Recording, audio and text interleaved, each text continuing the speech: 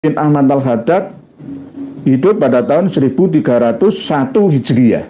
Kalau sekarang 1446 Hijriah, berarti umurnya Imam Mahdi itu 1186 tahun.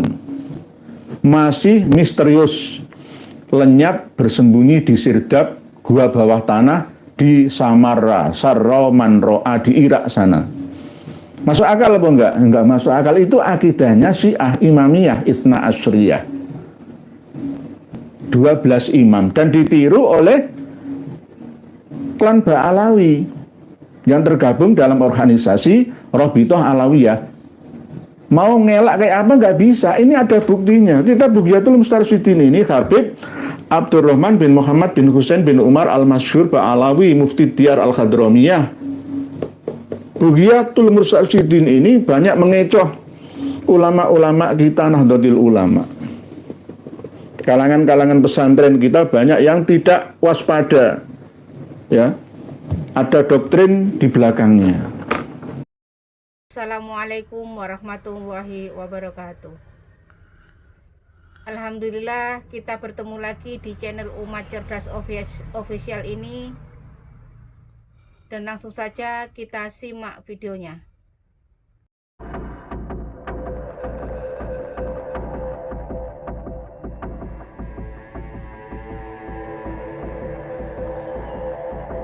Assalamualaikum warahmatullahi wabarakatuh. Bismillahirrahmanirrahim. Alhamdulillahi rabbil alamin. Wa bihi nasta'in ala umurid dunya waddin. Wassalatu wassalamu ala asyrafil anbiya'i wa imamil mursalin. Sayyidina Maulana Muhammadin wa ala alihi wa sahbihi ajma'in. Qala Allah Ta'ala fi kitabihil karim. A'udhu billahi minasy syaithanir rajim. Bismillahirrahmanirrahim. Walladzina jahadu fina lanahdiyannahum subulana. Wa qala Rasulullah sallallahu alaihi wasallam, man salaka tariqan yaltamisu fihi ilman sahalallahu lahu bihi tariqan ilal jannah. Amma ba'd. Yang kami hormati, yang kami ta'zimi, yang kami cintai, yang kami sayangi, segenap pemirsa dan pendengar semua dimanapun berada, semoga senantiasa bertambah kualitas kebahagiaannya di dunia sampai di akhiratnya. Bagi yang sedang mengalami kesempitan, semoga dikasih anugerah oleh Allah kelapangan. Jika di antara para pemirsa dan pendengar semua dalam kondisi kena musibah, semoga diberikan jalan keluar dengan ketabahan dan kesabaran, dan diberikan ganjaran yang lebih banyak di dunia sampai di akhirat. Begitu juga khususnya untuk saudara-saudari kami yang ada di Sukabumi, Jawa Barat sana, yang sedang menerima musibah banjir bandang, ya. Banyak mobil yang terbawa oleh arus air, begitu juga rumah yang masih tergenang di Cianjur, di Surabaya, di Malang, di mana-mana. Salam hormat sekaligus rasa empati dan simpati kami untuk panjenengan semua. Semoga musibah dan bencana akan ada hikmahnya dengan dikasih oleh Allah pahala yang tiada bandingannya. Pada kesempatan yang penuh dengan kedamaian malam hari ini, kita akan mengkaji materi seorang Habib Ba'alawi yang menjadi anggota Mustasyar PBNU yang mengundurkan diri, yang bernama Habib Abdurrahim As-Saqqaf dari Sulawesi Selatan, ya. Beliau mengundurkan diri dengan alasan tidak direken, ya, tidak digubris, dan bahkan tidak pernah ketemu secara muwajahah, bertatap muka langsung dengan Ketua PBNU Kiai Haji Yahya Khalil Stakuf. Padahal pernah Ketua PBNU bersilaturahmi ke Makassar, Sulawesi Selatan sana, tapi tetap tidak pernah menjumpai beliaunya, menemui secara langsung. Walaupun sudah 3 kali ke sana, tapi tidak pernah ketemu secara langsung, ataupun terkadang ada undangan keluar dari Sulawesi, tetapi juga masih belum bisa ketemu langsung dengan Ketua PBNU tersebut. Dan alasan-alasan yang lain adalah sering sakit atau ada kepentingan-kepentingan yang lain. Ini menurut hemat saya malah lebih gentle ya, mengundurkan diri daripada bertahan diri. Mempertahankan diri untuk tetap masih ngurusi organisasi NU. Lebih baik berkarya di Rabitatul Alawiyah saja. Walaupun sejak ayahanda beliau Habib Abdurrahim As-Stakuf yang telah membawa ya misi visi organisasi Nahdlatul Ulama ke Sulawesi sana. Tapi bukan dewan pendiri yang muassis NU, bukan, tetapi yang bawa dan mengkoordinir ya umat Islam agar berjamaah ala Nahdlatul Ulama. Ini patut kami acungi jempol, dan kalau bisa ya diantaranya adalah Habib Syekh bin Abdul Qadir As-Stakuf juga. Begitu juga habib-habib yang lain yang duduk di kepengurusan Nahdlatul Ulama struktural, mulai dari atas sampai bawah, bahkan yang ada di PW, PC ataupun MWC, bahkan yang ada di ranting NU-nya. Semuanya yang berasal dari Habaib Alawi untuk mengundurkan diri semua saja. Masih banyak kiai-kiai setempat, Tuan Guru, Tengku, Teuku, ya, Tubagus, ya, Lora, yang bisa untuk dikasih amanat ya untuk memegang mandat menjabat sebagai anggota struktural Nahdlatul Ulama. Bagus, ini namanya kesatria. Tapi alasannya jangan seperti yang ada di berita, gara-gara tidak diuangkan ya. Ya mungkin mintanya, saya kan cucu Nabi, masa saya nggak dihormati, apakah seperti itu? Ini kan alasan yang tidak tepat. Kalau alasan yang masuk akal ya, misalkan tidak bisa mengikuti kegiatan struktural NU, rapat-rapat di luar pulau Sulawesi misalkan, ya lebih baik mengundurkan diri saja. Karena memang ini kan amanat umat yang tidak ada gaji atau tunjangan profesinya. Ini kan panggilan jiwa. Daripada tidak berfungsi dengan sebaik-baiknya, ya lebih baik mengundurkan diri saja. Atau daripada diberhentikan, ya lebih baik berhenti sendiri saja. Nah ini harus dicontoh oleh seluruh habaib dari semua marga yang ada, tak terkecuali semuanya, biar diurusi sama ulama-ulama setempat saja.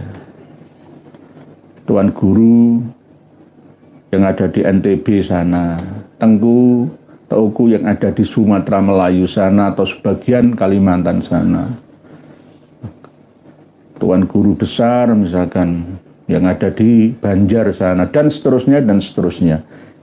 Ini lebih baik, lebih baik. Dan ini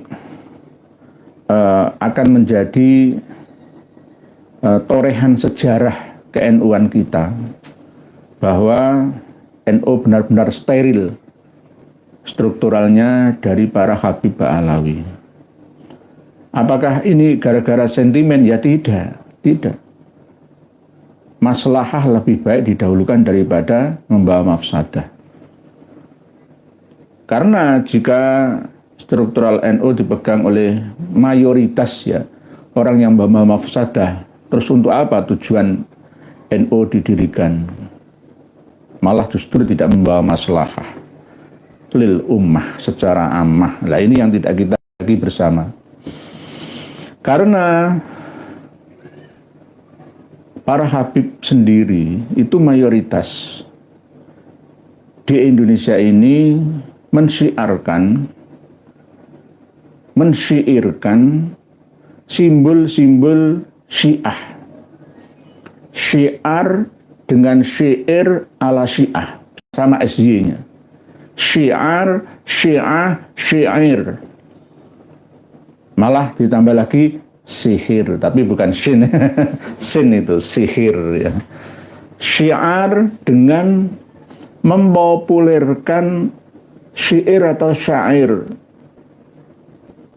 Madad ya Maulana ya Husain, madad ya Abu Zainal Abidin, madad madad madad madad madad madad madad madad madad ya Maulana ya Husain. Ini syair dari kalangan Syiah, disiarkan oleh mereka di Indonesia, dan mayoritas ulama Indonesia tidak menyadarinya. Kalau itu syair berasal sisipan, susupan, selundupan untuk mensyiahkan Indonesia. Mohon maaf, bukan Syiah Ja'fariyah, tapi Syiah yang Rafidhah dan bahkan Syiah Koromitoh atau Syiah Bahaiyah Hulatiyah. Ini sangat berbahaya. Antara syiar mereka ya yang selalu diselundupkan supaya kita ini kecanduan. Nanti kami sertakan di link deskripsi di bawah video ini bukti bahwa sekelas Habib Syekh bin Abdul Qadir As-Saqqaf, Dek Zaidan bin Yahya, Habib Bibin nyanyi lagu ini, syair ini.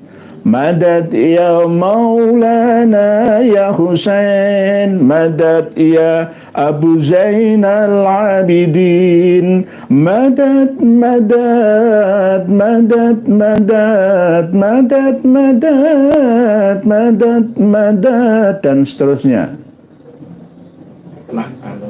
Nanti saya kena klaim hak cipta. Saya cuma menyanyikan saja. Nanti panjenengan searching lirik syair madad ya Maulana ya Husain, plus artinya madad itu permintaan tolong, minta bantuan, help, minta bantuan kepada Husain. Apakah kita tidak mencintai Sayyidina Husain bin Ali? Tidak begitu, kita tetap mencintai seluruh dzurriyyah Nabi, Ahlul Bait Nabi, mencintai dan menghormati, menta'zimi, mengagungkan. Cuma tidak sampai mengkultuskan yang berlebihan. Bagi orang yang belum paham isi atau arti dari syair ini, maka bagus ya. Artinya kok apa? Lirik nadanya itu kok bagus ya. Banyak yang kecanduan ini. Betul, sama seperti sholawat Busyra yang kecanduan. Sampai Gus Azmi ya semua ikut kecanduan, ikut-ikutan kiai-kiai. Waduh, sampai Lirboyo bersolawat saja itu kena prank, tertipu penyusup dari kalangan Ba'alawi ini dengan mengundang seorang penyanyi ya dari sana Mesir itu kan ya syair Mustafa dari Mesir, Mustafa Atif namanya, yang menyanyikan, mempopulerkan lagu ini. Ini lagunya Syiah Imamiyah Itsna Asyariyah. Cobalah para pemirsa dan pendengar semua lihat bersama ketika acara di Karbala. acara Asyura, ya, Arba'in, pasti di kepalanya ini ada ikat kepala yang bertuliskan ya Husain. Terus ada acara menyakiti diri, acara menangisi kepergian dari Al-Husaini dan ahli baitnya yang terbunuh di padang Karbala. Ya Husain, pasti ada acara-acara itu pasti gini, menepuk-nepuk dada sambil menangis. Kalau bisa kadang begini, dua pundak atau dua dada. Ya Husain, ya Husainah, ya Husain, ya Husain. Itu bukan menangisi Husainnya, tapi minta bantuan kepada Husain bin Ali bin Abi Thalib yang dipenggal kepalanya di Karbala, terpisah dari badannya, dibawa, ada yang mengatakan ke Syam atau Suriah atau Syria sana, ada yang mengatakan dibawa ke Madinah. Nah ini bukan ajaran Ahlussunnah wal Jamaah. Walaupun sebenarnya Ahlussunnah wal Jamaah itu netral, tidak membela Muawiyah, juga tidak membela Ali bin Abi Thalib wa dzurriyyah, Hasan dan Husainnya. Tidak, berada di tengah. Mereka saling beristihad, ya, sesuai dengan kemampuannya masing-masing. Antara Muawiyah dengan sahabat Ali bin Abi Thalib karamallahu wajhah, ini yang benar siapa? Antara Sayyidina Ali dengan Sayyidatina Aisyah istri Rasulullah, itu yang benar siapa? Kok sampai ada perang Jamal? Ahlussunnah wal Jamaah menyikapi tengah, jalan tengah, netral. Perang saudara menumpahkan darah banyak umat Islam yang ada di sana pada waktu itu, ya. Ya, ini akibat dari sang pemecah belah yang berasal dari golongan yang tidak suka Islam bersatu. Di antaranya ya penyusup dari kalangan Yahudi, ya, munafik, ya, akhirnya mengompor-ngompori umat Islam supaya fanatik terhadap Sayyidina Ali secara berlebihan. Bahkan Syiah yang gulat itu mengatakan bahwa sebenarnya Sayyidina Ali lah yang berhak menerima wahyu kenabian, bukan Rasulullah Muhammad SAW. Sampai segitunya itu. Jadi malaikat Jibril itu keliru ketika memberi wahyu, harusnya kepada Sayyidina Ali, bukan kepada Kanjeng Nabi. Ada yang sampai seperti segitunya itu. Sampai ada yang menuhankan Ali, ya Ali, ya Ali, ya Ali, Ali, Ali, Ali, ya Ali. Sampai menuhankan Sayyidina Ali. Dan pernah diperangi juga oleh Sayyidina Ali. Nah, sekarang ini kok malah timbul lagi mengkultuskan Sayyidina Husain secara berlebihan. Madad, nah, madad itu minta bantuan pertolongan, madad. Saya minta bantuanmu. Ya misalkan kalau di dalam ajaran Ba'alawi itu kan ada tuntunan, barang siapa kepingin cepat terkabulkan hajat-hajatnya, maka sebutlah nama Umar al-Muhdor, 3 ya. Umar al-Muhdor, terus Ali Sahibud Darok, dan Ali al-Ghuyur. Wahai Umar al-Muhdor, wahai Umar al-Muhdor, wahai Ali Sahibud Darok, wahai Habib Ali al-Ghuyur, agisuni, tolonglah aku, kalian tolonglah aku. Seperti itu ada ajarannya. Nah ini berarti Syiah itu loh. Oleh sebab itu Thariqah Alawiyah ala Ba'alawi itu adalah Syiah yang berkamuflase ke Ahlussunnah. Berkamuflase. Sama seperti kita Bughiyatul Mustarsyidin ini oleh Habib Abdurrahman Al-Masyhur. Di awalnya ini memang madzhabul Imam Syafi'i, ya. Tapi ketika mencapai titik klimaks di akhirnya mulai melenceng, digiring ke akidah mereka, bahkan mempercayai betul sampai Habib Alwi bin Ahmad Al-Haddad yang mengatakan bahwa Imam Mahdi itu sudah lahir tahun 255 Hijriah. Pada saat Habib Alwi bin Ahmad Al-Haddad hidup, umurnya Imam Mahdi itu 1046 tahun. Karena Habib Alwi bin Ahmad Al-Haddad hidup pada tahun 1301 Hijriah. Kalau sekarang 1446 Hijriah, berarti umurnya Imam Mahdi itu 1186 tahun. Masih misterius, lenyap bersembunyi di Sirdab, gua bawah tanah di Samarra, Sarra Manro'a di Irak sana. Masuk akal apa enggak? Enggak masuk akal. Itu akidahnya Syiah Imamiyah Itsna Asyriyah. 12 imam, dan ditiru oleh klan Ba'alawi yang tergabung dalam organisasi Rabithah Alawiyah. Mau ngelak kayak apa nggak bisa. Ini ada buktinya. Kita Bughyatul Mustarsyidin ini Habib Abdurrahman bin Muhammad bin Husain bin Umar Al-Masyhur Ba'alawi Mufti Diyar Al-Khadramiyah. Bughyatul Mustarsyidin ini banyak mengecoh ulama-ulama kita Nahdlatul Ulama.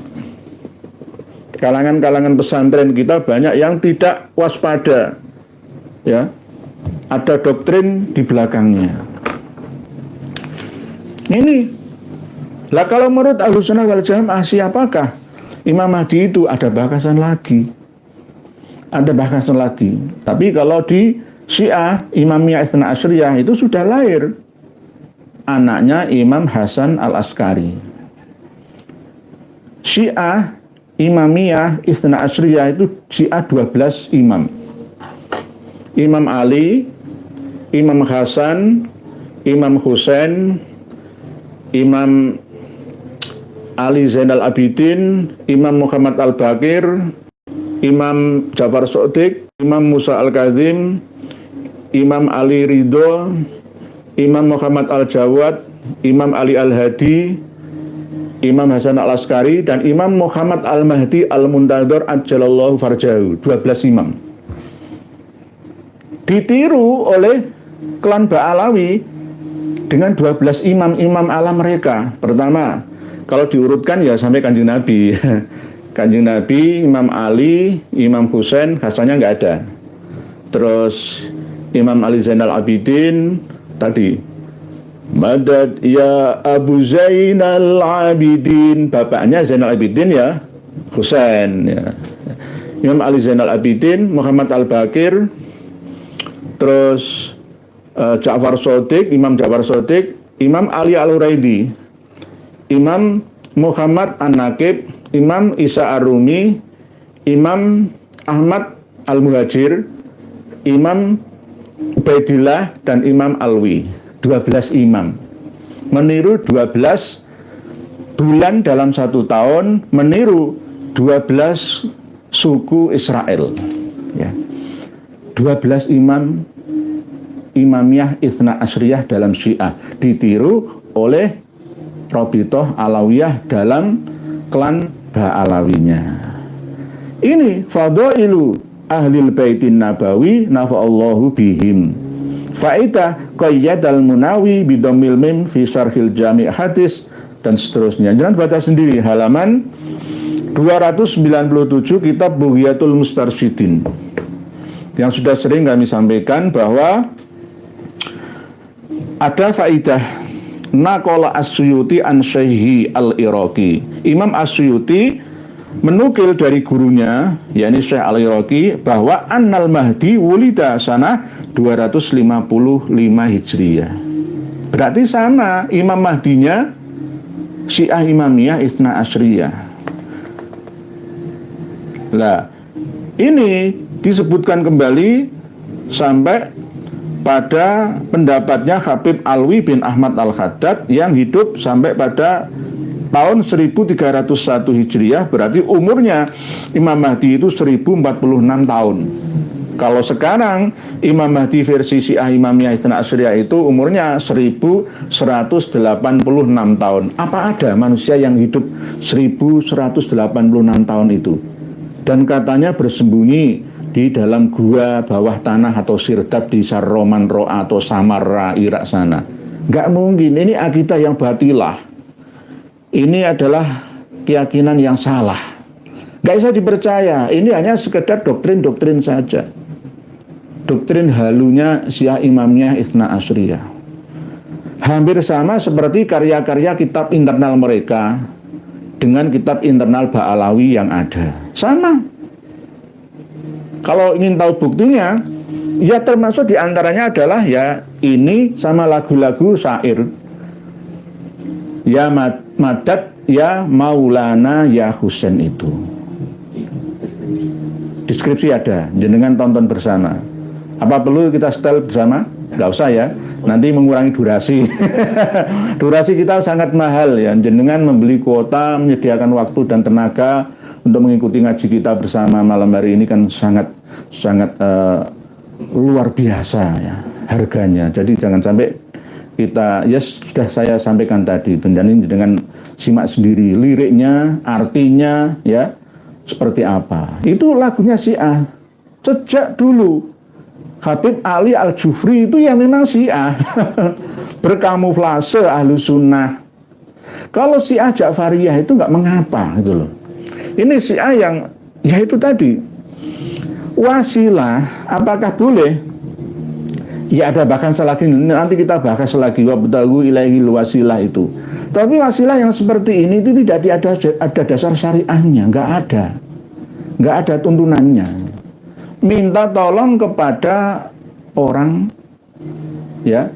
Kalau misalkan saya minta tolong kepada panjenengan itu nggak apa-apa, hanya sekedar hubungan muamalah ya, insaniyah ya. Tapi ini akidah. Madad ya Maulana ya Husain, bukan madad ya Allah. Lah madad ya Rasulullah saja ya nggak boleh. Ya nggak boleh. Kalau ditelusuri lebih dalam lagi ya bisa masuk dalam ranah syirik gitu loh. Coba nanti kita timbang dalam hati sanubari kita yang paling dalam, kita filter melalui akal kita, masuk apa enggak itu? Wahai Husain tolonglah aku, wahai Husain tolonglah aku, madad ya Husain ya Maulana, wahai baginda ya Husain. Ya sama seperti ritual yang dijalankan oleh kaum Syiah Imamiyah Itsna Asyariyah. Menyayat diri, melukai diri, berdarah-darah, lalu menempuk-nempuk dada dan pundaknya dua. Sama di Indonesia begitu, ritualnya ya sama.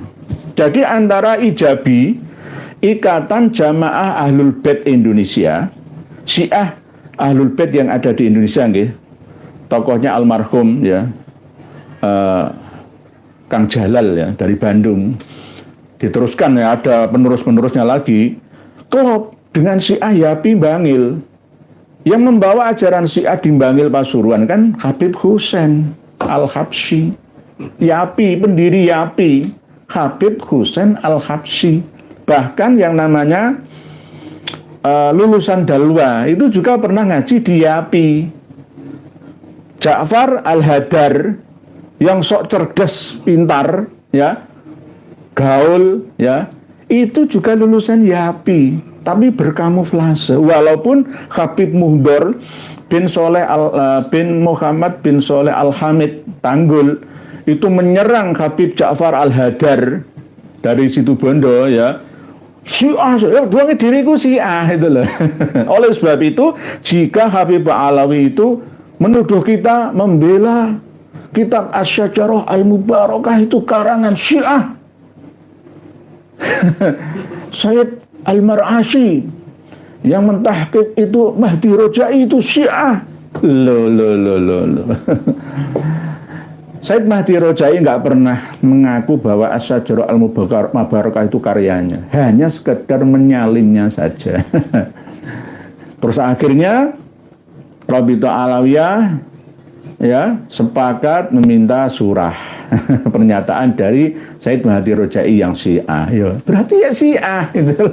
Syiah nuduh Syiah, komunis nuduh komunis. Lalu apalagi nanti framing lagi. Buktinya ada, kitabnya ini ada. Kitabnya ini ada. Bughyatul Mustarsyidin ini sebagai bukti. Habib Abdurrahman bin Husain bin Muhammad Al-Masyhur, ya, bin Umar Al-Masyhur, Abdurrahman bin Muhammad bin Husain bin Umar Al-Masyhur ini pengarang kitab Syamsuz Zuhirah yang membahas tentang nasab dan sejarah. Nah, ini membahas tentang fikih dan tauhid. Ya, bahkan ada tasawufnya di akhir ini. Ya, yang berisi doktrin, ya, bahwa Imam Mahdi itu sudah lahir tahun 255 Hijriah, 1186 tahun yang lalu, dan diyakini akan muncul nanti di akhir zaman. Sampai kapan? Sampai kapan? Wong keyakinan kok nggak jelas gitu loh. Sama seperti ketika kita menunggu turunnya Nabi Isa. Nanti insya Allah akan kami bahas, walaupun sensitif materinya, walaupun nanti ada tafsir Ibnu Katsir, tafsir-tafsir yang lain, ada hadis-hadis Nabi yang Hasan misalkan tentang Nabi Isa yang masih hidup itu, bahwa saya itu mengatakan Nabi Isa sudah wafat meninggal dunia, yang hidup itu jiwanya, bukan raganya. Fisiknya, badaniyahnya sudah meninggalkan dunia, tidak akan pernah kembali lagi ke dunia kecuali misi dan visinya yang masuk ke dalam ragawinya orang-orang yang terpilih di zamannya. Nanti akan kita bahas lagi. Berarti Nabi Isa pun tidak bersembunyi, berdiam diri di langit yang pertama, yang usianya sekarang 2000-an tahun lebih. Kalau tahun Masehi hitungannya sekarang 2024, mungkin 2024 tahun. Jadi nanti antara ajaran Al-Masih dengan ajaran Asy-Syi'i, ya ini nanti klop gabung jadi satu. Menunggu sesuatu yang tidak pasti kevalitannya. Hanya sekedar doktrin keyakinan saja. Inilah akidah yang mungkin mendekati batilah. Mohon maaf, kita berbicara fakta yang logika, ilmiah saja.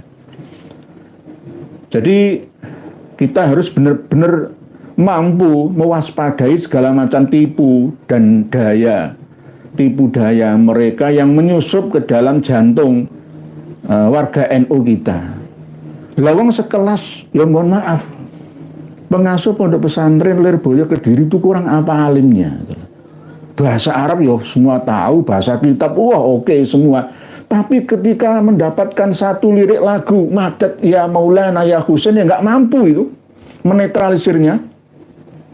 Lalu ditiru oleh Ploso Kediri, ditiru oleh pesantren-pesantren lainnya.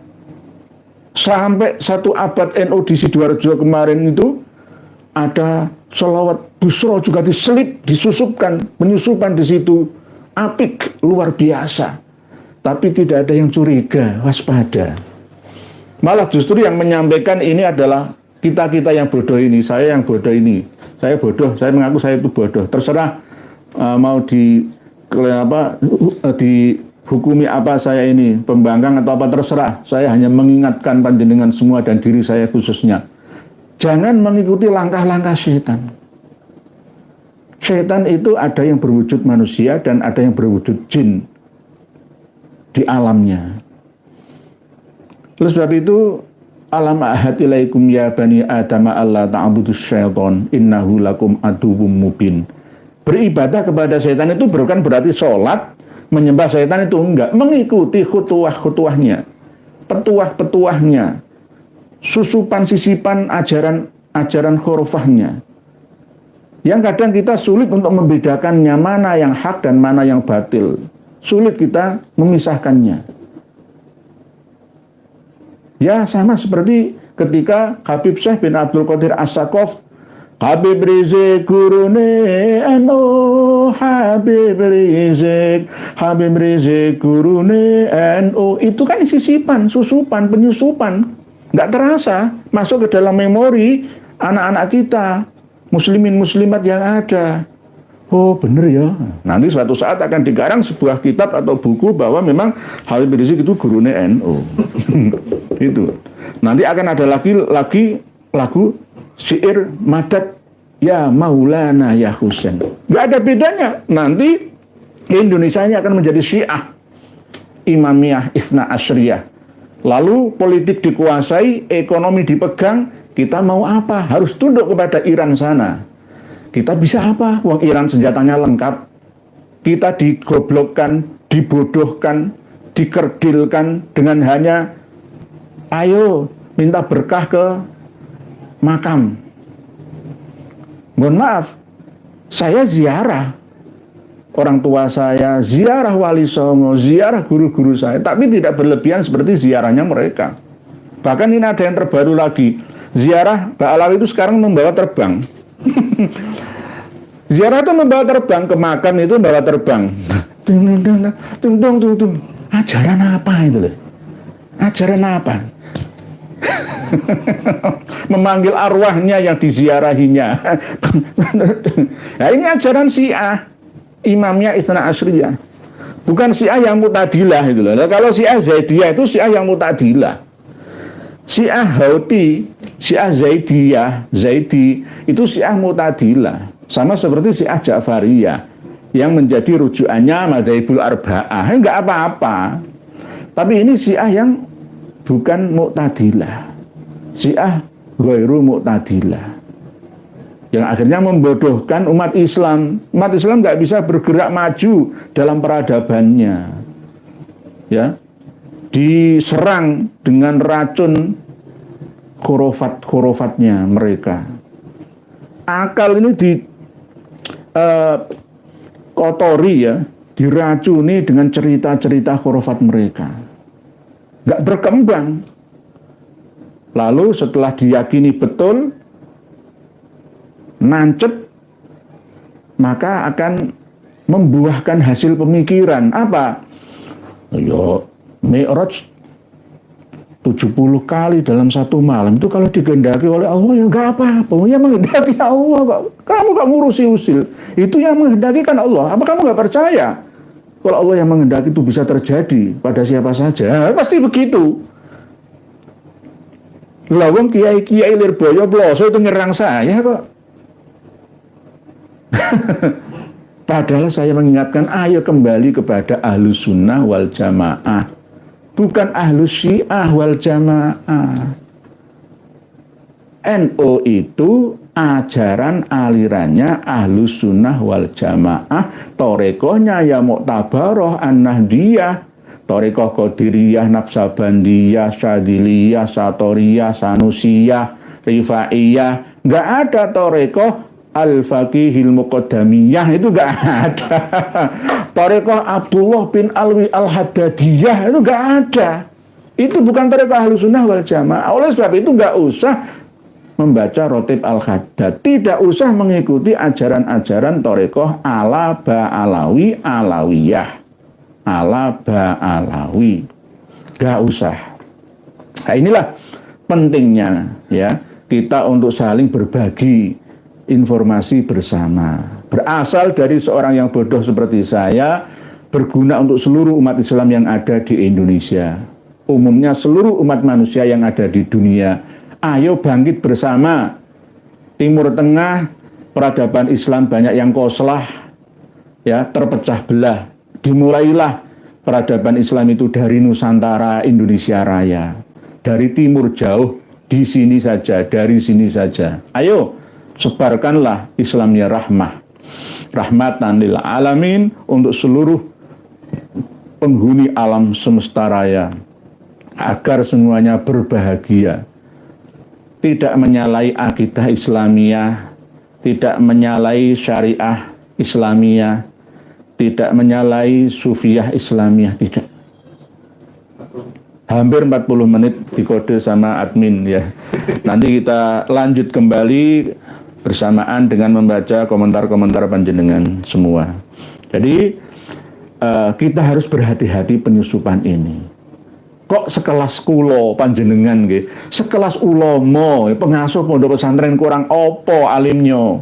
Kena kok sihir Madad ya Maulana ya Husain. Sing nyanyi meliuk-liuk Habib Bidin, Habib Zaidan bin Yahya, ya, Habib Syekh bin Abdul Qadir As-Sakaf. Tapi kok semuanya tuh nggak ada yang curiga gitu ya. 7 tahun yang lalu ada acara Lirboyo bersolawat, di belakangnya Habib Syekh itu ada Gus Fahru Rozi. Jangan lihat itu semua.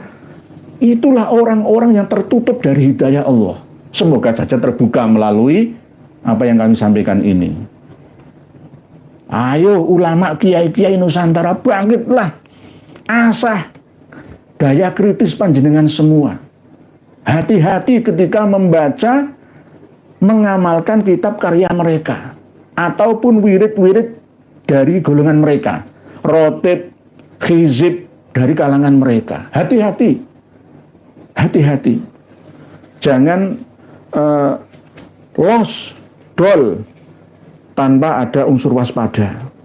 Berbahaya, berbahaya.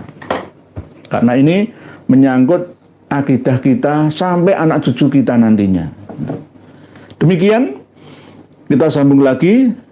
Selanjutnya kami bacakan komentar panjenengan semua yang sudah diselamatkan oleh admin karena numpuk-numpuk hampir ribuan. Jadi ini dikirim admin ke WA saya. Saya harus bacakan yang berkomentar di awal. Pak Tohari. Assalamualaikum Pak. Waalaikumsalam. Derek ngaos. Semoga bermanfaat dunia dan akhirat, amin. Matur suwun Pak Tohari, terima kasih. Waalaikumsalam warahmatullahi wabarakatuh. Berita number wahid. Assalamualaikum Pak. Waalaikumsalam. Semoga sehat selalu. Mungkin sudah kena mental kabib-kabib yang ada di jajaran PBNU, patut disyukuri juga. Mungkin Habib Abdurrahim As-Sakaf, ya, Puang Makkah, ya, dari Sulawesi Selatan sana, dari Makassar itu, ya. Mungkin sudah kena mental, ya. Semoga saja yang lainnya menyusul, Pak. Berita number wahid, Toko Suryo. Alhamdulillah Kiai Nur live lagi 212. Mohon maaf, numpuk-numpuk. Tertidur lelap Kiai Nur, ilmunya tinggi, coba disuwuk biar tidur terus.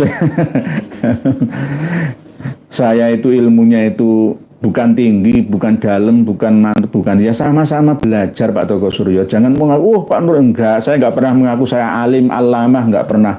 Itu fitnah itu.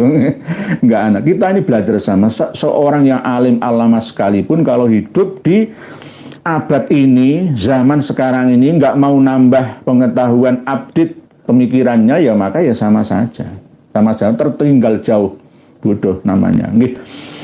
Begitu juga Pak Indonesian Man, berikutnya Toko Suryo, itu efek kebanyakan konsumsi obat kuat, livernya nggak kuat, demikian juga ginjalnya, itu karena yang sesungguhnya karena semua doa buruk yang dia sumpahkan ke orang yang tak dia sukai kembali ke dirinya HRS, ya. Pak Indonesian Man ini, ya memang pada waktu acara di Monas kemarin itu Habib Muhammad Rizik Syihab itu kondisinya kurang fit, ya karena kecapean, ya, habis dari keliling Timur Tengah sana.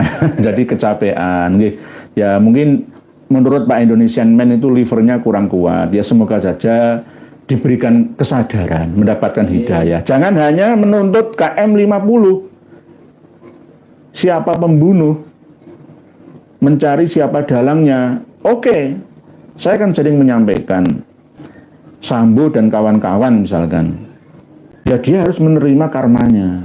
Tapi begitu juga Habib Rizik harus turut bertanggung jawab. Ada sebab akibatnya. Akibatnya kok seperti itu, sebabnya apa? Gitu. Jadi jangan hanya menyalahkan polisi, ya sama-sama salah semua. Wong anak muda yang menjadi tulang punggung bangsa dan negara bahkan agama, ya kok dikorbankan begitu saja sia-sia, ya ditembaki oleh polisi kita, ya ini kan sangat kita sayangkan. Jadi semoga saja Kang Mas Muhammad Rizik Syihab sadar, ya, dikasih oleh Allah ganjaran kurang sehat, ya, terus tidak dipercaya lagi oleh umat, ya harus sadar. Apalagi kemarin yang di Kecamatan Winong, Kabupaten Pati, Jawa Tengah, Kang Mas Habib Syekh bin Abdul Qadir As-Sakaf dan timnya, ya tidak banyak yang mengikuti acara sholawatan tersebut. Ternyata PWI LS Kabupaten Pati itu luar biasa. luar biasa. Saya dikirimi semua sama PWLS sana itu. Mulai dari pintu masuk kota dari arah barat, ya, dekat monumen Bandeng itu ya. Ya, itu masang Habib Syekh ditolak. Tapi nanti ada lagi, tidak hanya di Winong saja, adanya di Gabus. Gabus juga, ada yang di Kayen juga. Kayen Duan. Kan melu Kayen ya, Duan. Sunda Luhur itu kan melu Kayen. Ya, Kayen, Kecamatan Kayen, Kabupaten Pati Kidul itu. Dan bahkan besok tanggal malam tahun baruan itu di Banyuwangi itu sudah sejak 2016 yang lalu itu langganan Habib Syekh itu ya. Pemda di sana sudah menganggarkan APBD-nya ya. Ini bagaimana? Oleh sebab itu kita harus berhati-hati. Kita tidak ingin ya forum-forum sholawat mereka itu ditutup atau sepi. Ayo bareng-bareng, tapi ayo jangan ngaku jadi keturunannya Kanjeng Nabi. Jangan ngaku lagi sebagai cucu Nabi. Ya, ayo mengaku sebagai kiai saja dan jangan membawa syiar, syiah seperti ya Madad ya Maulana ya Husain. Jangan nyanyi itu sebuah kesyirikan, bisa mendekati akbar. Wasilah itu tidak seperti itu. Wasilah itu perantara dengan cara kita sholat, kita zakat, kita puasa, kita haji, birrul walidain, sedekah-sedekah sunnah, puasa-puasa sunnah, menghormati yang sepuh, menyayangi yang muda, dekat dengan fuqara masakin yatama. Itu namanya wasilah mendekatkan diri kita kepada al-ilah. Gitu, bukan wasilah membawa terbangan ke kuburan, membangkitkan orang-orang yang mati di alam barzah supaya datang timblang membangkitkan orang mati. Acara ritual apa itu? Itu ritual Syiah itu. Syiah itu ada ritual lagi itu berangkang dekat makamnya Imam Husain di Karbala. Ratusan meter itu berangkang kepalanya yang dibuat jalan, mukanya yang dibuat jalan sambil atraksi ya menyakiti diri atau disakiti oleh pelaku sama-sama dalam satu timnya. Padahal kalau kita teliti lagi, makamnya Imam Husain di Karbala itu juga palsu. Nanti kita bahas lagi lah. Oke. Sama seperti makamnya Imam Ali. Wong di Karbala itu Imam Husain itu kan peristiwa pembantaiannya. Kalau makamnya itu tidak di situ. Ada yang mengatakan dimakamkan di Mesir, ada yang mengatakan di Madinah. Kepalanya Imam Husain. Kalau yang di Karbalanya itu ada yang mengatakan tubuhnya. Tapi tubuhnya yang seperti apa? Waktu itu kan takutnya untuk mencarinya. Ada yang mengatakan ada yang dimakan oleh burung bangkai atau apalah. Nanti kita bahas lagi, ada kitabnya. Saya punya kitabnya. Ada referensinya, begitu Pak Indonesian Man. Pak Nurhadi, PBNU akan menyelenggarakan Kongres Jatman kapan Pak Kiai? Insya Allah tanggal 20, 21 atau 21-an di Asrama Haji Donohudan, Boyolali, Solo. Sebelum terlaksananya Muktamar ala Habib Lutfi bin Yahya di Pekalongan. Nah, sudah didahului oleh Kongres ini. Dari PBNU langsung ini sudah jelas. Saya sudah dapat info dari kawan-kawan sudah.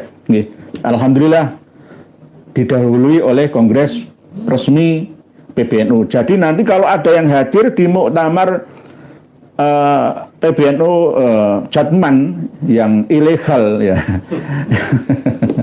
di Pekalongan, itu berarti melawan, itu namanya bugot, itu namanya. Mursyid kok bugot, ya nggak boleh itu. Mursyid itu nggak boleh bugot. Nggih. Kubur dunia, kubur riasah, ya.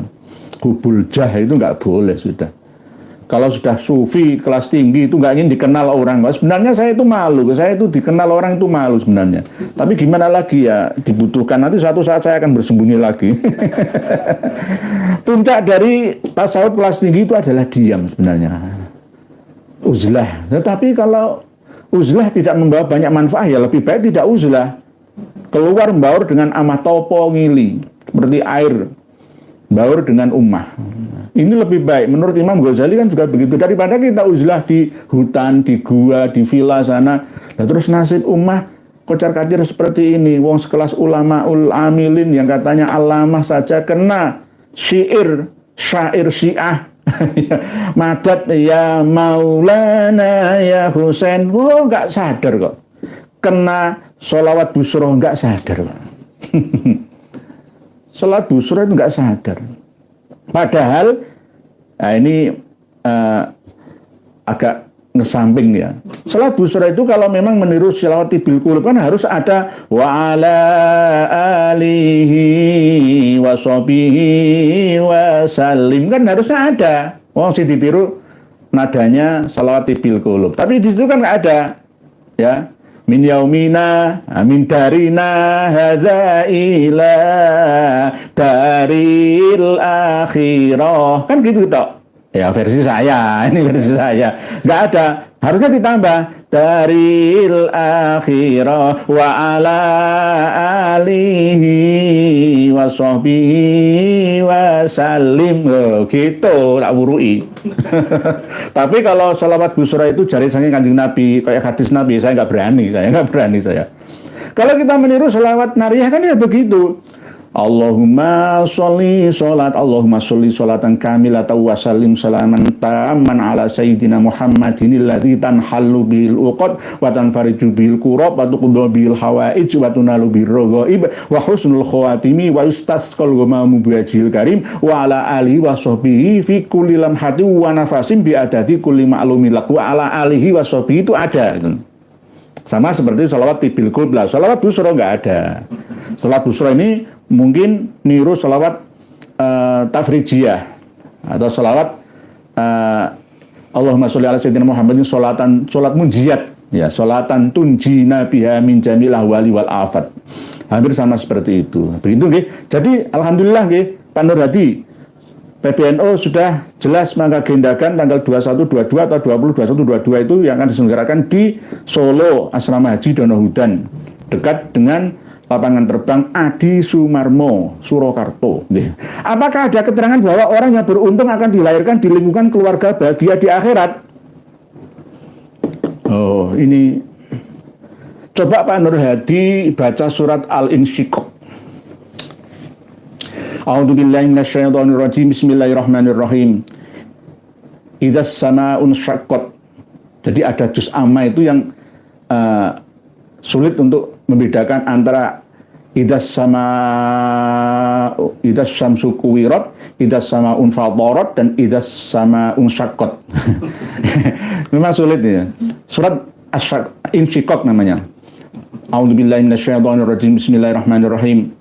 Idzas samaa'un syaqqat wa adinat li rabbiha wa huqqat wa idzal ardu muddat wa alqat ma fiha wa takhallat wa adinat li rabbiha wa huqqat ya ayyuhal insanu innaka kadihun ila rabbika kadhan famulaqih fa amma man utiya kitabahu bi yaminihi fa sawfa yuhasabu hisaban yasira wa yanqalibu ila ahlihi masrura. Ini ayo Pak Nur Hadi, barang siapa yang menerima catatan buku amalnya melalui tangan kanannya, maka dia akan dikembalikan, dihisab dengan hisab yang ringan, lalu dikembalikan ke dalam keluarganya dengan keadaan gembira, berbahagia. Tapi bagaimana ceritanya kalau bisa seperti itu? Bisa dibuktikan di dunia, manusia dimensi 3. Ketika ada manusia yang pada waktu hidupnya sekarang di dunia selalu beramal soleh, sedekahnya banyak, tidak banyak menipu, tidak banyak syair syiahnya, tidak banyak khurafatnya, tidak banyak karma buruknya membunuh orang, menipu orang, memenggal orang, tidak banyak dosa maksiatnya, ya jariah dosanya, maka dia ketika dia mati meninggalkan dunia dimensi 3 masuk ke dunia dimensi 5, langit yang ketiga atau pertama versi dimensi kita ya. Nanti kita bahas lagi lah ya.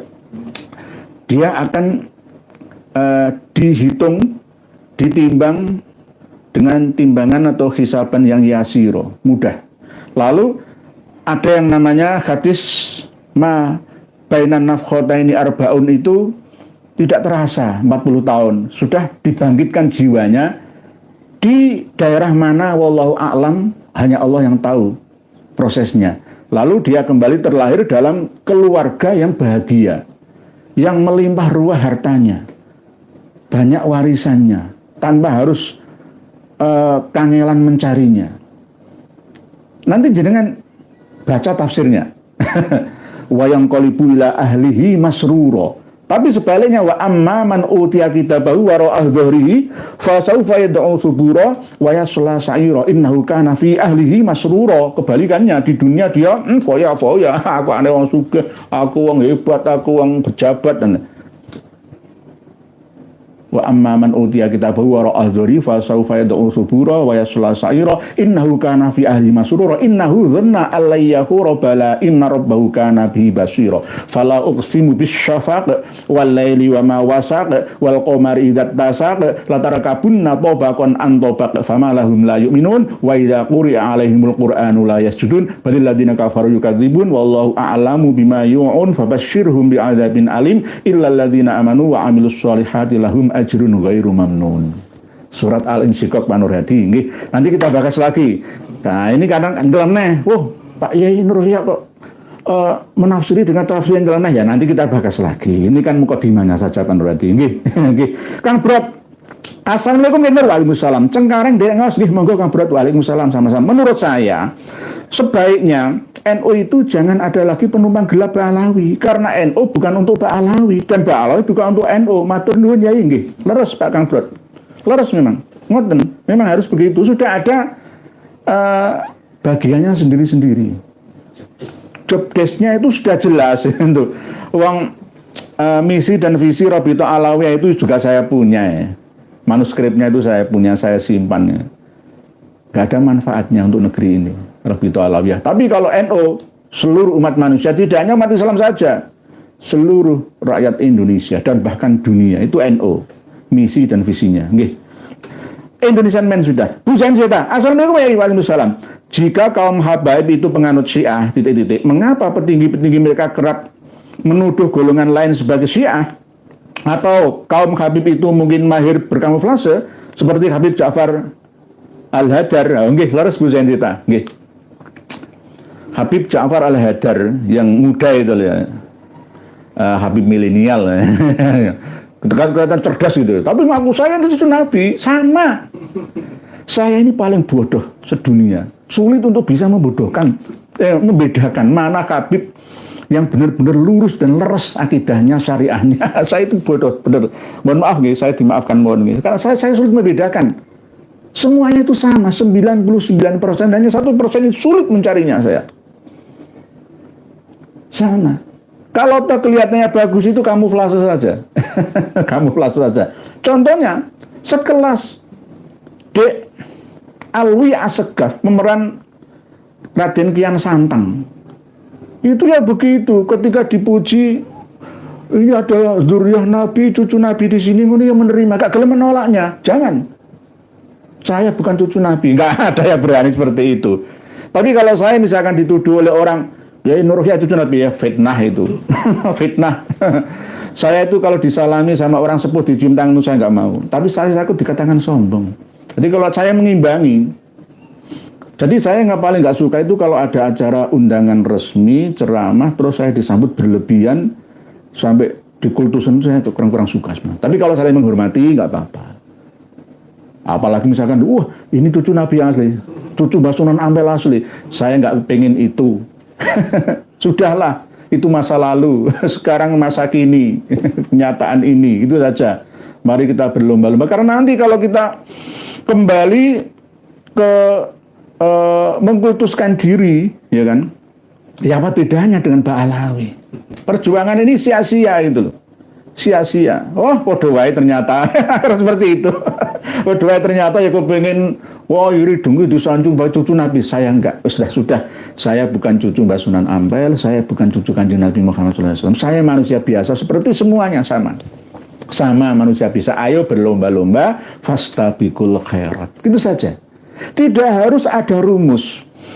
Yang jadi Gus Kiai itu harus anaknya Kiai. Nggak harus. Nggak ada rumus itu. Misalkan Gus Miftah ini Bukan anaknya kiai, nggak apa-apa. Yang penting dia benar-benar berkualitas kiai, itu nggak apa-apa. Nggak perlu kita telusuri sampai leluhurnya. Misalkan Kiai Haji Maduddin Utsman itu bukan cucu Nabi, wong ayahnya itu bukan Utsman tapi Sarman, misalnya. Nggak usah sampai segitunya. Buktinya Kiai Haji Maduddin Utsman itu melebihi cucu Nabi. Kualitas keilmuannya, ibadahnya, itu loh gitu caranya. Itu jangan, kembalikan, diseret ke situ nanti. Nggak usah sampai ke dalam seperti itu. Jadi semua berhak menjadi kiai dalam lingkupnya sendiri ataupun secara luas di wilayahnya masing-masing.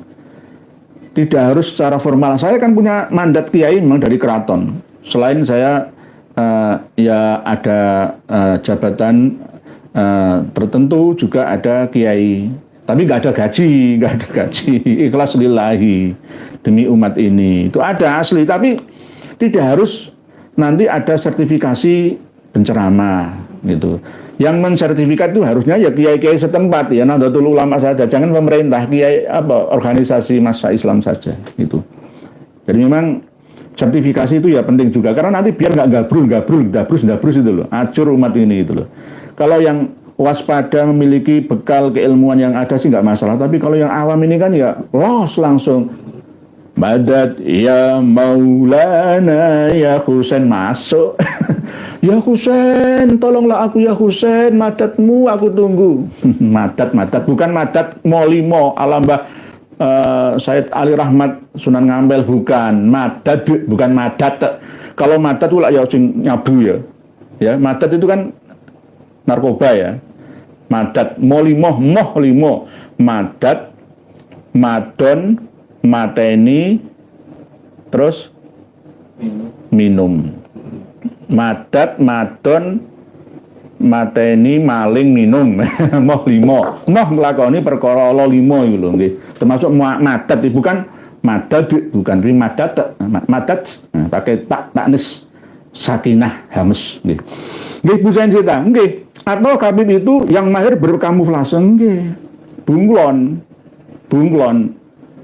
Habib Ja'far Al-Hadar ya sama, hati-hati sama itu.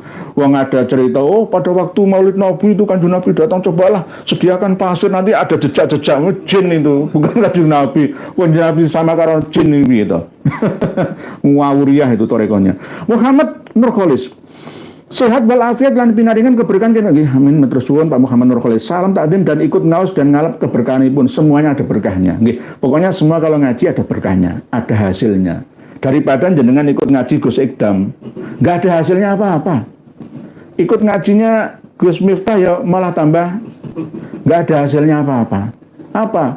Ya bahas enggak ono manfaatnya lah. Tapi ya justru itu sing laris ya. Gus Ikdam malah laris pengajian, heran sampai aku. Cung teko puluhan ribu ya. Di Sabilu Taubah. Aslinya nggak boleh, ini namanya syad namanya. Sabilu Taubah itu nggak oleh. Sabilu Taubah. Ini sama dengan Waalaikumsalam gitu loh. Sama dengan Yaumil Akhirah. Itu sama dengan itu. Nggak boleh kalau dipaskan itu nggak boleh. Tapi ini ya Sabilu Taubah. Dipisah-pisah. Sabilu jalan, Taubah pertobatan gitu ya. Harusnya Sabilu Taubah. Itu aslinya begitu. Nggih. Dan bejane Assalamualaikum warahmatullahi wabarakatuh. Seharusnya semua Habib mundur dan jongosnya NU bukan organisasinya. Habib Yai NU didirikan Kiai Pribumi, tanpa Habib sudah punya organisasi RA juga tanpa Kiai Pribumi. Nggih, RA itu nggak ada, Kiai Pribuminya nggak ada. Loh kok malah NU banyak Habibnya, itu piye to Ki? Kualik nggih, kebalik. Nggih ben bejane nggih. Pak Pamungkas Pramana, Pak Kiai. Apakah kesejarahan keturunan Muhammad, Husain dan Ali bin Ahmad bin Isa itu tercatat juga? Bagaimana dengan keturunan Isa bin Muhammad An-Nakib yang selain Ahmad? Nah, nggih. Sudah pernah kita sampaikan kemarin nggih Pak Pamungkas Pramana bahwa sebenarnya Imam Ahmad Al-Abah An-Nafat itu beda dengan Imam Ahmad Al-Muhajir. Beda. Tapi dipaksa untuk sama. Lah, keturunannya apakah ada? Ada. Tetapi karena Imam Ahmad Al-Abah dan keturunannya itu tidak terlalu terkenal dalam dunia Islam, maka ya banyak yang sudah sirna. Sirna itu maksudnya apa? Ya sudah membaur. Nggak mementingkan statusnya sebagai cucu atau dzurriyyah Nabi kita. Karena di daerah Iran, ya misalkan di daerah Irak, Madinah itu semua akibat dari situasi politik yang ada, rebutan kekuasaan yang akhirnya banyak yang berhijrah keluar dari daerahnya masing-masing, akhirnya menyembunyikan diri dan sudah tidak penting lah kita mengandalkan diri sebagai cucu Nabi, nggak perlu. Ada yang seperti itu. Pada tahun 1976 ada yang namanya Said Adnan, itu berasal dari dzurriyyahnya Ali bin Ahmad bin Isa Ar-Rumi. Jadi anaknya Imam Ahmad Al-Abah yang bernama Ali ada di Baghdad. Sampai sekarang masih ada, tetapi tidak menonjolkan dirinya. Itu Muhammad, Ali dan Husain, ya kan. Alinya ini masih ada di dalam kitab Ansabul Asyair Al-Arabiyah. Bahkan tahun 313 Hijriyah itu hijrahnya Imam Ahmad ke daerah Indonesia di Pakistan, India, dekat dengan Sungai Indus sana. Jadi masih ada, tetapi tidak mengandalkan, menonjolkan dirinya. Yang kebanyakan sekarang memperlihatkan dirinya sesuai dengan keyakinan pengakuannya itu adalah Sayyid yang ada di Iran. Jadi yang berpakaian hitam-hitam itu ya keturunannya Kanjeng Nabi dari Sayyidina Husain, tapi tidak yang berasal dari keturunannya Imam Ahmad Al-Abah An-Nafat, bukan. Keturunannya ada, tapi tidak banyak bisa diteliti keberadaannya karena sudah membaur. Cuma yang ada di Indonesia ini ngaku-ngaku saja, nyantolnya ke Imam Ahmad yang memiliki anak bernama Ubaidillah. Jadi kalau kita Pak Pamungkas Pramana buka kitab Ansabul Asyair Al-Arabiyah yang terbit pada tahun 1976, itu ada keluarga Al-Qobiji namanya. Keluarga Al-Qobiji itu berasal dari dzurriyyah Ali bin Ahmad bin Isa bin Muhammad bin Ali Al-Uraidi bin Ja'far Shadiq bin Muhammad Al-Bakir bin Ali Zainal Abidin bin Husain bin Ali bin Abi Thalib wa bin Fatimah Az-Zahra binti Rasulullah SAW. Ada, tetapi tidak menonjolkan dirinya karena sudah tidak begitu diperlukan. Toh ada yang ingkirot, terputus gara-gara anak perempuan, ya sudah hilang sudah. Tapi oleh Syekh Yusuf bin Ismail An-Nabhani lalu mengisbat Ba'alawi katanya bahwa Ba'alawi itu adalah min asohin nasabin nabawi. Nasab keturunan Kanjeng Nabi yang lebih sahih di dunia ini. Itu ngawur, itu hanya pujian saja, bukan isbatan. Sama dengan ketika saya mengisbat, saya menyebutkan silsilah Ba'alawi sampai Rasulullah, apakah saya ini mengisbat? Ya enggak, hanya menyebutkan saja. Semisal Hadratus Syekh Kiai Haji Hasyim Asy'ari menyebutkan Sayyid, ya, dari keluarga Asegaf dikatakan Sayyid, apakah menyebut? Ya bukan. Ibnu Hajar Al-Haytami apakah menyebut? Bukan, hanya menyebutkan saja, bukan menyebut. Itu nggih. Pak Pamungkas Pramana nggih.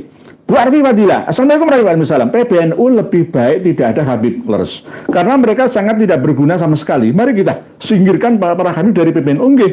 Kalau PBNU mulai dari Suriahnya sampai Awan, ya, sampai struktur bawahnya, membersihkan mereka dari unsur Habaib Ba'alawi, saya akan mendukung tetap, ya, kepengurusan PBNU sekarang ini. Tidak perlu MLB. Tapi kalau masih tetap mempertahankan, ya, tidak berusaha untuk menyingkirkan sedikit demi sedikit dengan kebijaksanaan, ya silakan Munaslup atau MLB itu diadakan, ya, tapi hanya untuk peringatan sama dengan sidang istimewa MPR itu. Tapi itu bukan untuk menjatuhkan, tapi mengingatkan kinerja, ya, kepengurusan PBNU masa kerja tahun ini sampai berapa tahun yang akan datang itu. Kepemimpinan PBNU sekarang harus dikritisi gitu. Tapi kalau tetap berusaha untuk menyingkirkan dari kalangan Ba'alawi yang masuk dalam struktural NU, ya kita tetap dukung PBNU sekarang. Nggih, begitu nggih, Bu Arfiadillah. Pak Sugiono, tolak Habib sebagai pengurus NU dan judgement. Nggih. Nyandung ngimbar. Ngruweti. Seringkali malah nggih. Santri gaib believe it's all not Wahabi, Wahhabib dan pejuang nasab kompak menyerang Gus Miftah nggih. Pak Santri Goib, sebenarnya jangan diserang Gus Miftah. Sudah beliau sudah kena serangan, nggak usah diserang lagi. Seranglah sampingnya itu loh.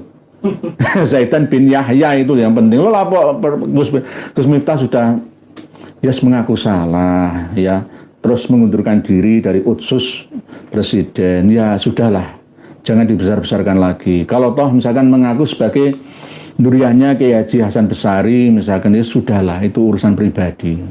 Nggak perlu kita mengulik sampai ke dalam masalah privasi. Apalagi nanti misalkan, oh ayahnya di Lampung sana tuh nggak usah ngurus-ngurus, bukan anaknya Kiai, nggak apa-apa, nggak anaknya Kiai, anaknya PKI sekalipun. Tetapi kalau dia memiliki kapasitas kualitas seorang Kiai, ya nggak apa-apa. Oh dia pernah mondok, ya pernah berguru ngaji kepada Kiai, ya punya guru lah ya, terus ya bisa ngaji lah, ya nggak apa-apa jadi Kiai. Jadi Ustadz pun nggak apa-apa, nggak masalah itu. Nggak harus itu, nggak harus anaknya Kiai Gus itu, nggak harus. Gus itu tidak harus anaknya Kiai. Itu aja, menurut saya itu seperti itu ya. Tapi jangan serang lagi lah ya, sudahlah. Kalau kita mau nyerang ya seranglah yang Habibnya itu. Jadi Wahabi, Habib ikut nyerang, yaitu kadang-kadang mohon maaf, Wahabi yang radikal itu kadang-kadang sulit disadarkan. Terus Habaib yang radikal ya sulit disadarkan, sama saja. Sama saja. Jadi pejuang nasab kompak nyerang Gus Miftah. Kalau saya tetap masih membela dalam arti karena dia sudah menerima konsekuensi ucapannya. Kan sudah bagus. Karena apa? Manusia itu tidak bukan seperti lagunya Rhoma Irama itu loh. Orang baik itu bukan orang yang tidak pernah melakukan kesalahan, tapi orang yang pernah melakukan kesalahan tapi mau memperbaikinya. Kan gitu. Jangan kita langsung menvonis, langsung salah terus, belum tentu. Orang baik, ya ada lagunya Rhoma Irama, nanti kena teguran saya. Ada lagu itu. Jadi ada lagunya Rhoma Irama yang mengatakan bahwa orang baik itu bukan orang yang tidak pernah melakukan kesalahan, tapi orang yang pernah melakukan kesalahan tapi mau memperbaikinya. Gitu nggih. Pak Santri. Berikutnya Pak J. Nyi Roro Kidul, Nyi Blorong itu cerita dongeng atau historis Pak Yai. Kok banyak orang katanya pernah bertemu, mohon penjelasannya Pak Kiai suwun. Nah, Pak Jai ini mesti pertanyaannya mesti wangel-wangel. Pak Jai ini mesti pertanyaan itu berkualitas. Nyi Roro Kidul itu kan bahasa Jawa. Nyi itu perempuan, Roro itu ya sejenis Raden kalau laki-laki. Kidul yang bertempat di daerah selatan, Pulau Jawa, Pantai Jawa, Pantai Pulau Jawa bagian selatan. Terus Nyi Blorong, Nyai Blorong yang identik dengan ular itu. Bangsa jin yang mendiami Nusantara itu sudah sejak lama. Yang akhirnya setelah dihuni oleh manusia dimensi 3 sempurna seperti kita-kita ya. Ahsani takwimnya, akhirnya mereka diusir oleh kekuatan atas perintah Tuhan yang memerintahkan para malaikat untuk mengusir mereka ke laut-lautan, ke gunung-gunung dan tempat-tempat yang sunyi lainnya, di jurang-jurang itu, di tempat-tempat yang kotor ya, di danau-danau rawa-rawa itu apakah ada? Ini berdasarkan keyakinan. Ketika ada satu orang yang meyakini kaca pembesar ini sakti mandraguna, maka akan ada sugesti power yang terpancar dari diri masuk ke dalam cermin ini. Lalu dipercaya lagi ada orang yang kedua, percaya bahwa ini sakti mandraguna. Ada orang kedua, ketiga, seterusnya sampai 1000 orang. Maka akan membangun satu kekuatan power, kekuatan yang berbasis keyakinan, yang walaupun ini sebenarnya tidak sakti mandraguna, jadi sakti temenan adanya. Sama seperti begini, di tempat itu ada setan buntungnya, misalkan dia, ada jin buntungnya yang berumah tempat tinggal di situ. Saya percaya, jenengan percaya, terus ada orang lain 1000 orang, 30.000 orang percaya semua, akan terkumpul energi di situ. Akhirnya dipercayai betul bahwa tempat itu ada jin buntungnya. Sama seperti ketika mayoritas masyarakat Jawa mempercayai bahwa pantai selatan Jawa mulai dari Sukabumi, Pelabuhan Ratu sampai Banyuwangi itu dikuasai oleh seorang penguasa jin. Ada yang mengatakan itu jinnya seperti istrinya Nabi Sulaiman, ya katanya ada seperti itu. Nanti kita bahas lagi, yakni Ratu Bilqis atau apa nih. Maka seluruh umat manusia yang ada akan terkena kekuatan energi yang terbangun begitu kuatnya dari sana. Bahkan yang tidak percaya sekalipun tetap akan kalah dengan kepercayaan mayoritas yang ada. Misalkan orang Eropa ada di Parangtritis sana, misalkan pantai ya, nggak percaya Nyi Roro Kidul coba dijajal pakai baju warna hijau misalkan ya. Walaupun bule sekalipun ya, nanti akan diterjang oleh ombak dibawa ke tengah lautan sana. Nah, hal-hal seperti ini kan kepercayaan, Pak Jai. Sama seperti di Bali, kalau ada orang tidak percaya bahwa di setiap pohon besar yang disarungi dengan kain kotak-kotak itu ada penunggunya. Orang Islam yang tidak kuat imannya datang ke sana nggak percaya lalu meludahinya, ya maka dia akan kena. Karena apa? Sudah dibangun kepercayaan mayoritas warga Bali bahwa itu ada roh-roh yang ada, jiwa-jiwa manusia yang tertahan, terkunci di situ. Lalu akan kesurupan nantinya yang menghina, meludahi, mengencinginya itu. Nah, ini namanya bagian daripada keyakinan yang terakumulasi, terkumpul menjadi sebuah energi. Nah, apakah ada benar? Tidak tercatat dalam sejarah ilmiah, dalam buku-buku ilmiah Pak Jai, tetapi tercatat dalam tutur tinular, adat istiadat manusia Jawa, bahwa setiap penguasa Jawa itu selalu berhubungan dengan jin, Ratu Pantai Selatan. Bahkan Bung Karno juga membangun satu kamar yang ada di hotel di Pelabuhan Ratu Sukabumi, Jawa Barat sana untuk komunikasi dengan Nyi Roro Kidul.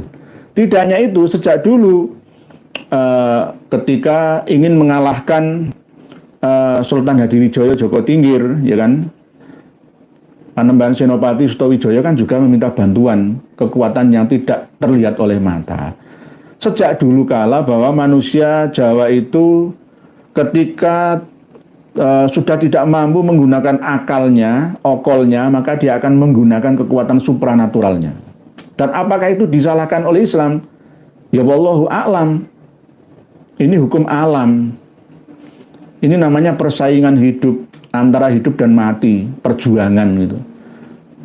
Jadi sampai sekarang ya ada orang yang percaya dan bahkan terbukti ikut perjanjian pesugihan Nyi Blorong, pesugihan uang goib dari Pantai Selatan, ada tuyul Parangkusumo, Parangtritis, itu lebih sakti tuyul sana itu. Tuyul itu makhluk jin kecil, piaraan kerajaan Pantai Selatan, dan benar-benar ada itu loh. Bisa diilmiahkan, saya itu pernah meneliti, dan saya bisa menemukan, memang ada ya, gitu loh, ada. Ya, nah ini tertulis ya dalam catatan secara turun-temurun titur tunilar, nggih Pak Jai. Nggih. Jadi pernah bertemu, mohon menjelaskan Pak nggih. Ada, karena memang ada ayat dalam surat Fabi ayyi ala'i rabbikuma tukadiban, wahai jin dan manusia, maka nikmat-nikmat Tuhan kalian yang manakah yang kalian dustakan. Kan ada. Jadi jin dan manusia mereka juga mendapatkan perintah untuk ibadah kepada Allah yang Maha Kuasa, dan ada tatanan, tuntunan dalam kehidupannya, sama seperti kita umat manusia. Insya Allah nanti kita bahas lagi, nanti insya Allah kita bisa menembus dimensi mereka dengan cara yang ilmiah, yang tidak perlu lakon-lakon tirakah yang berlebihan. Nanti sama seperti kekuatan kaca Surya Konto ini bisa membakar kertas, sama seperti itu. Jadi kalau ini dibawa ke Afrika sana, ini termasuk pusaka paling sakti mandraguna, karena bisa membuat api, ya, karena diyakini oleh seluruh rakyat Papua, pedalaman atau Afrika. Nggih, begitu nggih. Bajak laut. Seyogyanya para kabib ini pada sadar, marilah beramai-ramai keluar dari PBNU agar tidak jadi batu sandungan duri dalam PBNU. Plok game over nggih, Pak Bajak Laut nggih. Om Jinku, ayo ngopi nggih, monggo ngopi nggih. Ngopi nggak apa-apa, yang penting jangan diyakini bahwa barang siapa yang ada di mulutnya itu bekas kopi, maka dia akan diistighfari oleh malaikat semuanya. Ngikut hadis Kanjeng Nabi buatan Mbak Alawi, jangan nggih Pak Om Jinku nggih. Om Jinku, jenenge kok Om ya? Om Jinku. Jin. Nggih, ayo ngopi, monggo ngopi disyukuri malah tambah dapat berkah dari ilahi. Jangan mengikuti ajaran Mbak Alawi. Ada hadis Nabi, kopi, tasbih dan duduk dekat wali itu lebih hebat daripada ibadah sampai tercerai-berai tubuh ini.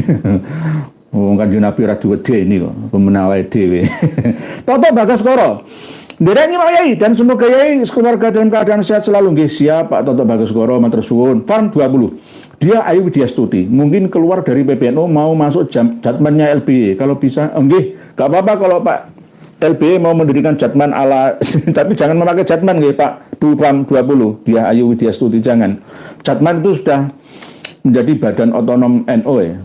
Sudah tertulis ya, nggak boleh. Ya jadman apa jadmin apa jadmanu atau apa, pokoknya jangan sampai sama. Nanti bingung nanti pengikutnya. Nggih. Terus berikutnya, Pak Gatot opo? Semoga yang lain segera mengikuti supaya NU bersih dari nggih. Pak Gatot opo? Memang harus begitu. Pak Masra berarti tahu diri. Nggih, harusnya begitu, tahu diri. Yang lainnya harus menyusul. Oh, sudah melakukan kesalahan nih. Ulawang Awan Suriah PBNU, lo kok malah tambah Habib Rizik gurune NU niku piye to? Berarti ngerusak NU, bukan membangun NU, gitu nggih. Abdullah Qasim, semoga bangsa pribumi segera bersatu rungkatkan Habib Fir'aun zaman akhir. Nggih, siap, amin. Taan. Alhamdulillah, ayo Habib Pak Alawi keluar semua dari NU dan PBNU dan bukan bagian dari NU. NU orang Indonesia yang beragama Islam. RA Habib Pak Alawi imigran Yaman antek Belanda. Nggih, siap nggih, semoga begitu nggih. Terus berikutnya, Assalamualaikum Pak Azmi. Assalamualaikum warahmatullahi wabarakatuh. Pekalongan hadir Pak Yai. Nggih, Pekalongan. Tolong Pak Yai, bantu saya untuk Pekalongan bersih dari para Habib, sehat dan panjang umur. Doaku untuk Pak Amin. Matur suwun. Insyaallah bertahap nggih Pak Azmi. Karena kalau sudah kunnya Allah Ta'ala berjalan, maka ya fayakun akan terwujud nyata di depan kita. Ini kekuatan kok, kekuatan yang sudah saatnya. Nggih, Allah menghendakinya. Nggih, Pak Azmi, insyaallah nggih kita bersama dengan panjenengan semua Pekalongan bangkit. Nggih, semoga plat G tetap menjadi plat nomor polisi Pekalongan. G, plat G nggih. Jadi Gok and Magog nggih. Tapi bukan plat G-nya, tapi orang-orang yang berhalo grup G itu semoga menyadarinya. Jadi Pekalongan tetap jaya membangun bangsa, sumber daya alamnya tersedia untuk manusia yang bersumber daya manusia kelas tinggi adanya. Nggih, begitu nggih. Pak Rian Andika. Assalamualaikum warahmatullahi wabarakatuh. Mau tanya arti kata ahwal. Sebutan bagi orang di luar klan Kabaib Pak Alawi. Akhwal, kholah, akhwal itu ya anaknya paman lah ya, paman. Jadi intinya mereka datang ke Indonesia Nusantara dulu kan nggak membawa istri Pak Rian Andika. Dari Hadramaut Yaman sana itu datang ke sini masih kondisi jejaka, muda-muda, ada yang setengah tua nggak membawa istri dari sana. Terus di sini menikah dari putri-putri kita, lalu melahirkan anak-anak ya. Dari ibu pertiwi kita. Akhirnya anak-anak itulah yang namanya akhwal ya. Nanti kalau bahasa Arabnya ya kholah, ya khol namanya akhwal. Jadi sudah sekarang nggak boleh, atau akhwal itu nggak boleh. Harusnya tetap dipertahankan ya saudara biasa, bukan saudara sepaman, seibu sepupu, nggak boleh seperti itu. Nggak boleh, itu namanya penghinaan, pelecehan, akhwal. Bahkan Nabi menganggap pengikutnya itu sahabat. Kenapa Habib menganggap pengikutnya muhibbin? Itu kan merendahkan, apalagi selain dari golongannya itu akhwal. Jangan mau kalau dikasih pepesan kosong, harapan palsu, akhwal itu mulia, enggak mau, jangan mau. Jangan mau. Pak Ajis, Assalamualaikum ya Waalaikumsalam. Mau tanya bagaimana tanggapan panjenengan tentang mimpinya Muhammad Qasim yang lagi viral itu Pak Kiai. Wassalamualaikum warahmatullahi wabarakatuh. Sudah kami bahas Pak Aziz pada satu video khusus tentang Muhammad Qasim dari Pakistan yang pernah ditangkap di Malaysia. Pengikutnya juga banyak yang berasal dari Indonesia. Bahwa mimpinya itu tidak benar. Yang namanya Imam Mahdi itu ada yang bersifat lokal, ada yang global, internasional. Dalam setiap zaman, setiap 100 tahun sekali, dimulai dari peristiwa-peristiwa besar itu harus ada seorang pemimpin yang mendapatkan hidayah. Kembalikan ke etimologi lugatannya, bukan istilahannya saja. Imam, pemimpin, Mahdi yang mendapatkan petunjuk. Berarti bisa kepala negara, bisa perdana menteri, bisa sultan, ya, bisa tentara, bisa ulama, bisa guru besar, profesor, ya, bisa mujadid-mujadid yang ada. Dulu manusia tidak sebanyak sekarang. Sekarang menyebar menjadi 200 negara lebih di dunia. Jadi ada Imam Mahdi yang tidak sama seperti versinya Muhammad Qasim yang dari Pakistan sana itu berlebihan. Muhammad Qasim kok Imam Mahdi manfaatnya apa? Nggak ada manfaatnya. Imam Mahdi itu manfaatnya besar untuk umat manusia, mencerdaskan, mencerahkan umat manusia, berjuang juga. Kemungkinan kalau di Timur Tengah sana yang mengangkat senjata itu. Imam Mahdi versi Syiah beda, Imam Mahdi versi Sunni beda. Imam Mahdi versi dinasti Ubaidillah Al-Mahdi juga pernah ada. Di Maroko, Ibnu Tumat itu juga mengaku sebagai Imam Mahdi. Banyak orang yang mengaku Imam Mahdi itu banyak sejak dulu, tidak hanya sekarang saja. Pak Tuntung TNT, Habib di NU sebaiknya keluar saja semuanya biar mereka di RA. Pak Tuntung TNT. Pak Mas Dadi. Assalamualaikum ya Waalaikumsalam. Pernah saya lihat video selawatan Dul Qadir Assegaf dan Bidin menantunya LB lantunkan syair yang sama dengan kaum Syiah yang syairnya minta pertolongan kepada Imam Sayyid. Madad ya Maulana ya Husain, madad ya Abu Zainal Abidin, madad madad. Sudah ila akhirih. Memang nanti kalau diterus-teruskan santri-santri kita ini kecanduan, keracunan. Yang bisa menjaga, membentengi ini siapa? Ya harusnya kiai-kiainya. Gitu loh. Loh sekelas Lirboyo sejak dulu kok nggak ada yang bersuara. Itu bagaimana? Ploso juga begitu. Pondok-pondok pesantren salafiyah yang polos, ya, lugu-lugu itu nggak bisa. Daya kewaspadaannya itu aktif semua. Sama seperti misalkan ya, ini kan kitab putih, karena kertasnya putih. Kitab ini saya cetak menjadi kertas ya warna kuning, ya, akan menjadi kitab kuning. Lalu oleh kalangan pondok pesantren salafiyah itu, wah, ini kan kitab kuning. Kitab kuning itu kan diakui mesti sahih, kan begitu akhirnya. Ya ini namanya daya kritisnya tidak aktif, kewaspadaannya tidak berfungsi sebaik-baiknya. Jadi kitab kuning itu tidak semuanya kitab kuning itu bagus, gitu loh. Lah kitab Syamsul Ma'arif Al-Kubra ini kitab dukun. Ini ya kuning. Kepengen jimat-jimat sampean? Oh. Kepengen wifik? Loh. Lawang dunia barat Eropa sudah terbang ke ruang angkasa dengan satelitnya, roketnya. Kita masih buat wifik, jimat. Jimat ini. Ini kitab kuning ini. Syamsul Ma'arif Al-Kubra, kitab kuning, ya. Apakah semua kitab kuning itu sahih? Ya, belum tentu. Hanya kertasnya saja yang kuning supaya tidak kelihatan kotor. Kalau di PDF semua kitab itu ya putih, karena PDF kitab kuning. Nah, sama seperti itulah di kalangan pondok-pondok pesantren kita itu masih lugu, masih rancu. Ya, belum banyak yang mampu memilah dan memilih ini mana yang bermutu dan mana yang kurang bermutu dan mana yang tidak bermutu. Begitu Pak Mas Dadi. Madad ya Husain ya Maulana ya Husain itu adalah syairnya Syiah yang disyiar. Nanti akan mensyiahkan Indonesia. Pak Ahmad Dahlan, mulai sekarang dilarang mensejajarkan gelar ulama kiai dengan julukan Habib karena gelar ulama dan Habib tidak ada kaitannya sama sekali, apalagi julukan kiai dengan Habib tidak ada hubungannya. Siap Pak Ahmad Dahlan, tulisan panjenengan yang sebegitu banyaknya masih belum sempat kami baca Pak Buku Biru tidak usah panggil Habib pada paguyuban klan Pak Alawi. Pak Aryo Adityo bukan gitu Mama Eza, soalnya Yai Akhyar itu lebih tahu banyak klan Pak Alawi. Banyak tulisan panjenengan dari Putri Heriadi, Peri Heriadi, Mang Ucup, Telat Malikun, jadi Tutung. Masih banyak tulisan panjenengan yang belum saya baca.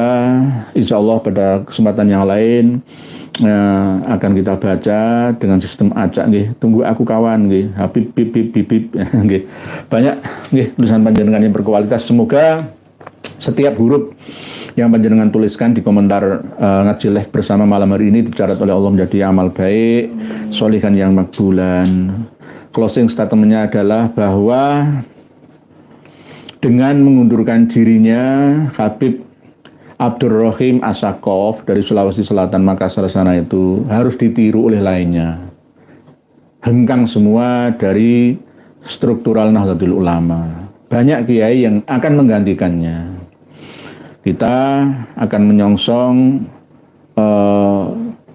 peristiwa yang sangat berharga, yaitu Kongres Jatman legal dari PBNU kita yang akan diselenggarakan di Asrama Haji Donohudan Surakarta, mendahului acaranya Habib Lutfi di Pekalongan sana. Semoga sukses semua, dan barang siapa yang mengikuti undangannya muktamar di Pekalongan berarti ilegal adanya. Terus tentang syiar dengan syair untuk Syiah, bukan Syiah Mu'tadilah, tapi Syiah yang ghairu mu'tadilah, yang mengarah ke Syiah Rafidhah, akan mensyiahkan Indonesia dengan cara menyusupkan syair-syair, solawat-solawat yang tidak ada tuntunannya. Syair Madad ya Maulana ya Husain itu bukan solawat, tapi berisi permintaan permohonan bantuan kepada Sayyidina Husain bin Ali bin Abi Thalib. Ini namanya hulu, berlebihan, meminta bantuan kepada orang. Kalau secara horizontal, ketika kita masih hidup, saya minta bantuan kepada Romo Kiai Joko Sahmat misalkan, Romo Ibunda Maimunah misalkan, itu nggak apa-apa, ini namanya masih hidup. Wa ta'awanu alal bir wa taqwa, itu boleh. Tetapi kalau sudah meninggal dunia, tolonglah aku ya Husain, ya Husain. Nanti apa bedanya dengan Syiah Imamiyah Itsna Asriyah? Syiah Imamiyah Itsna Asriyah itu banyak yang campur aduk antara fikihnya dengan akidahnya. Ada yang mengadopsi fikih Ja'fariyah, ada yang mengadopsi lainnya, dan bahkan kebanyakan berdasarkan ijtihadnya imamnya mereka masing-masing. Akidahnya juga banyak yang tercampur baur. Ada memang fikihnya yang sesuai dan ada yang tidak sesuai dengan Ahlus Sunnah wal Jamaah. Perlu kita ketahui bersama bahwa Nahdlatul Ulama itu kiblah misi visinya adalah Ahlus Sunnah wal Jamaah. Jangan mau diadu domba untuk membenci Arab Saudi sana. Wah, Wahabi itu Wahabi, ya berarti jenengan termakan omongannya mereka kaum Ba'alawi yang mengadu domba sesama umat Islam Indonesia. Jangan. Jadi kita harus objektif berada di tengah. Kembali kepada definisi dari Ahlus Sunnah wal Jamaah. Seperti apa akidahnya, syariahnya, dan sufiyahnya. Bahkan ada Syiah Ja'fari ya diakui pada waktu konferensi besar Piagam Yordania, Amman Yordania. Jadi kita harus benar-benar beragama berdasarkan akal sehat kita sekaligus tuntunan dogma yang berdasarkan kitab suci yang ada, melalui tuntunan Nabi kita, melalui ijma' dan qiyasnya ulama-ulama kita. Mungkin demikian yang dapat kami sampaikan. Sekali lagi berhati-hatilah saudara-saudariku semuanya dengan syair-syair susupan. Syiar dengan syair untuk Syiah agar Indonesia menjadi Syiah kedua setelah Iran. Sangat berbahaya dan harus kita waspadai bersama. Demikian, mohon maaf atas segala ucapan kami yang kurang berkenan. Semoga sedikit ini banyak manfaatnya. Wallahu a'lamu bis-shawab wal afu minkum. Wassalamualaikum warahmatullahi wabarakatuh.